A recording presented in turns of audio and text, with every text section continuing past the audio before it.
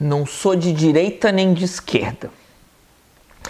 Esse é um vídeo que eu ia fazer já, mas o Felipe Medeiros, inscrito aqui do canal, perguntou qual a vantagem de se dizer de esquerda e direita. Então, como eu tô nessa vibe de responder os inscritos, e isso me ajuda bastante, inclusive, muitas vezes eu já deixei de postar vídeos por não saber o que postar, fora do programa de Foucault, etc.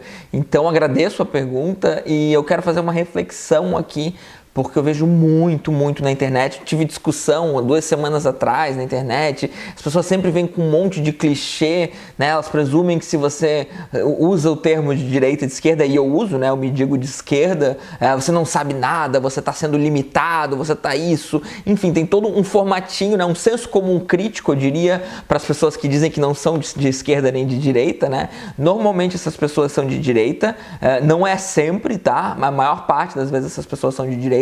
E eu vou tentar refletir um pouquinho por quê.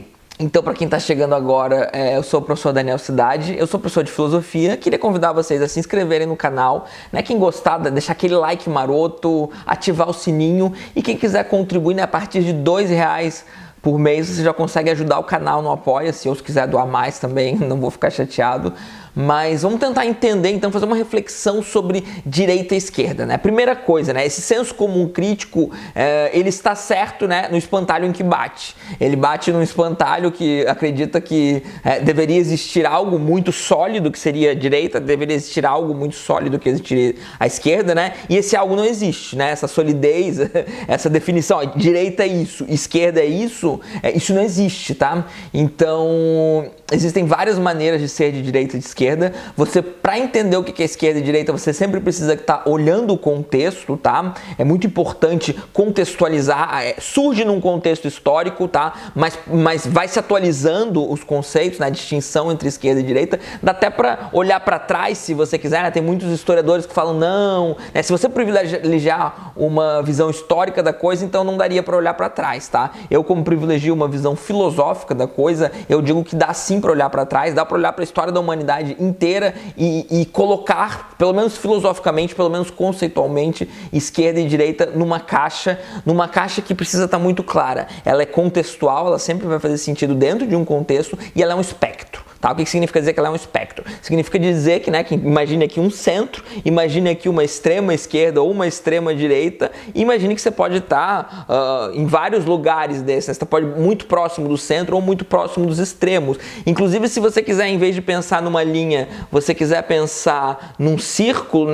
onde se você estiver muito no extremo, você está muito próximo do outro, Então tá aqui o centro, você vai subindo e de repente na extrema esquerda e a extrema direita estão ali muito próximas, tá? Dependendo de como você vai interpretar e de como que você vai usar os termos de extrema esquerda e de extrema direita, tá? Historicamente, o jeito que a gente usa extrema esquerda e extrema direita não necessariamente vai fazer sentido esse círculo, tá? Mas vamos definir então um pouco como eu entendo esquerda e direita, A partir da própria Revolução Francesa, que é quando surgem os termos, O que era a Revolução Francesa? O que era o mundo, O mundo da nobreza, o mundo dos nobres, Tinha o rei, tinha os nobres, os duques, os lords, sei lá como é que é essa nomenclatura, E eles tinham privilégios, eles tinham muitos privilégios, e tinha todo um terceiro estado aí, Tinha a nobreza, tinha o clero, e tinha todo um terceiro estado, que incluía então os comerciantes, que a gente chama hoje de burguesia, e eles tinham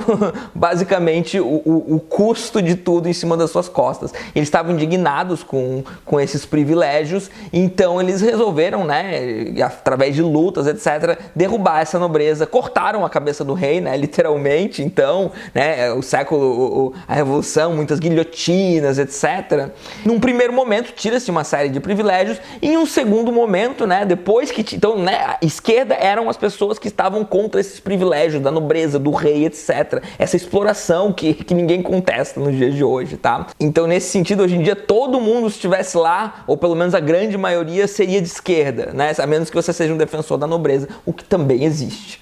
Agora, quando corta-se alguns privilégios, uma parcela das pessoas que estão na esquerda, né, pensa, não, já tá bom, agora esses outros privilégios que sobram me dizem respeito, eu quero eles, né? Então surge no mesmo contexto um outro ideal de esquerda, né, de pessoas que queriam uma ruptura mais radical com o regime e pessoas que queriam uma ruptura mais moderada com o regime de privilégios, tá? Por isso que muitas vezes diz que a burguesia traiu o povo, né? A burguesia no momento que começa a criar um sistema que lhe favorece, a burguesia então vira de direita, tá? E na história eu tenho até vídeos sobre isso, tá? Sobre momentos históricos em que a questão da esquerda e da direita vai se dividir, né? Na história a gente vai ter vários momentos onde a gente pensa, isso aqui é mais de esquerda, isso aqui é mais de direita, né? Mas sempre em algum grau, ou pelo menos deveria, né? Em algum grau para manter a coisa, né? Tô tentando fazer um recorte filosófico para deixar a coisa organizada, pelo menos porque realmente é uma bagunça. Em algum momento sempre a gente pode ver pessoas com privilégios e pessoas defendendo esses privilégios, tá? Então, né, colonialismo, né, o grande colonialismo, imperialismo, né? Quando começa a surgir lutas decolonialistas, tá? Lutas contra o colonialismo, a gente vai entender que essas lutas são de esquerda, porque essas lutas são contra os privilégios que tinha-se em cima das colônias, né? Os impérios. Então, e a direita, então, vai defender, então, esse colonialismo, tá? Quando começa-se a criar um mundo, começa realmente a abdicar das suas colônias, vai ter pessoas que então vão defender rupturas radicais, então elas vão ser vistas como esquerda, e pessoas que vão defender então a ruptura, né, vão defender que acabe com as colônias, mas rupturas moderadas, né, que o país lá que tinha colônia mantenha relações comerciais, mantenha influenciando na política daquele país, né? A mesma coisa nas lutas, por exemplo, as lutas de maio de 68, ou enfim, né, sufragistas, né, quando defende-se que a mulher tenha direito ao voto, ou que os negros tenham direito ao voto, né? Isso acontece em momentos históricos, isso são lutas de esquerda. E por isso que é importante a gente entender a coisa dentro do seu contexto, né? Porque o que a gente entende por privilégio, o que a gente entende por direito, o que cada país vai entender, quais são os valores centrais de um país, de um contexto, de uma época, vai variar. Então aquilo que a gente entende por esquerda nos Estados Unidos, por exemplo, que é um país que predominantemente toma o capitalismo como dado, tá? Vai ser completamente diferente do que num contexto de revolução, por exemplo. Então, muitas pessoas da esquerda que acreditam que não existe possibilidade de existir um capitalismo sem privilégios, elas vão considerar que todo mundo dentro do capitalismo é de direita. Por isso que também esquerda e direita depende de onde você se situa. Então, se você está numa posição anticapitalista, você vai ver todo mundo do capitalismo como de direita, mas você vai conseguir, pelo menos se você tiver uma boa vontade, entender que algumas dessas pessoas, com suas limitações, por exemplo, elas se inserem numa esquerda capitalista, por exemplo, muita gente não vai gostar disso, mas é uma esquerda que em algum grau está contestando uma série de privilégios. E outras pessoas, né, se inserem numa direita, então, capitalista. E por isso também que ela não é um todo fechado, né? Você pode, por exemplo, se você quer em algum grau contestar o patriarcado, né, essa contestação ela é de esquerda. Se você quer contestar o sistema de castas, né, o racismo da nossa sociedade, isso é de esquerda, tá? Então, por que tem esse discurso, por que de nem direita nem esquerda, e por que ele serve à direita, né? Porque eu vi muitas pessoas que, né, concordam com a maior parte das pautas de esquerda, que têm ódio à esquerda, porque elas tendem a entender que isso é senso comum, né? Então a ideia de que a mulher pode votar, né? Mas isso não é esquerda e direita, isso é bom senso. Não, isso foi incorporado no nosso bom senso porque existe uma vitória moral da esquerda, tá? A mesma coisa, né? Negros poderiam sentar na mesma lanchonete que brancos, tá? Isso no contexto histórico em que surge é uma luta entre esquerda e direita.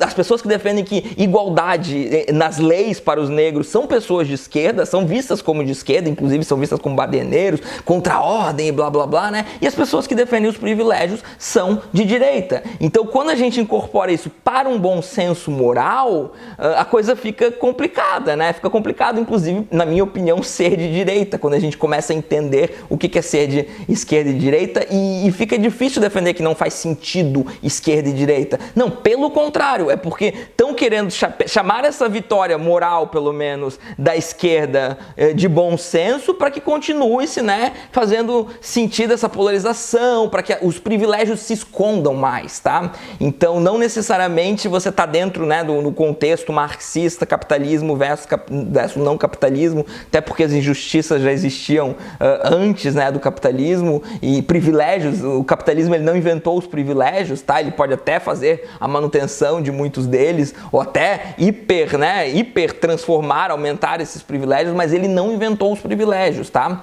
Então, por isso também, né, que tem muita gente falando besteira, eu não vou pedir desculpa por ser branco, hétero, homem, né? E realmente, assim, ó, eu sou homem branco e hétero, eu não vou pedir desculpa por ser homem branco e hétero. Agora, se eu compreendo que existe um sistema que fornece privilégios para mim, pelo meu gênero, pela minha cor e pela minha sexualidade, né? Se eu não tive a minha sexualidade vista como uma doença, como, você vai apanhar se você for isso, né? Claro que existem contextos de provocação, né? Na verdade, embora seja hétero, em muitos momentos, né? Sempre vivia aquela coisa, mas você é viadinho, você deixa cabelo comprido, né? Comecei a deixar cabelo crescer com 8 anos de idade e a partir de então não pararam-se as insinuações de que a minha sexualidade estaria errada, né? Afinal, quem é você para deixar o seu cabelo crescer? E daí cria-se todo um sistema coercitivo mesmo, tá? Moral, assim, nas micro-relações de poder.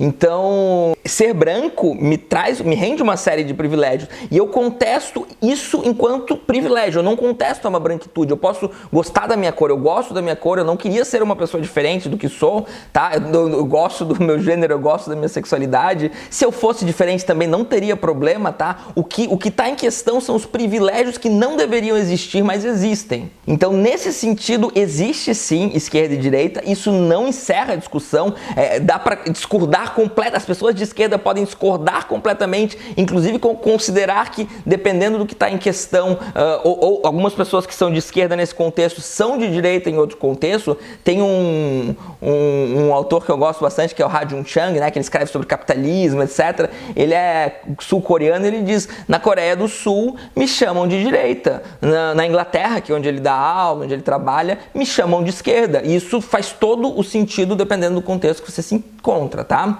Então, sim, existe esquerda e direita. Posso fazer mais vídeos, se ficarem mais dúvidas, né? Com certeza eu não estou esgotando a questão aqui num vídeo que eu nem preparei roteiro, tá? Mas eu acho que o central aqui, o essencial aqui é a questão da manutenção dos privilégios, tá? E como a gente às vezes transforma isso em bom senso. Se você...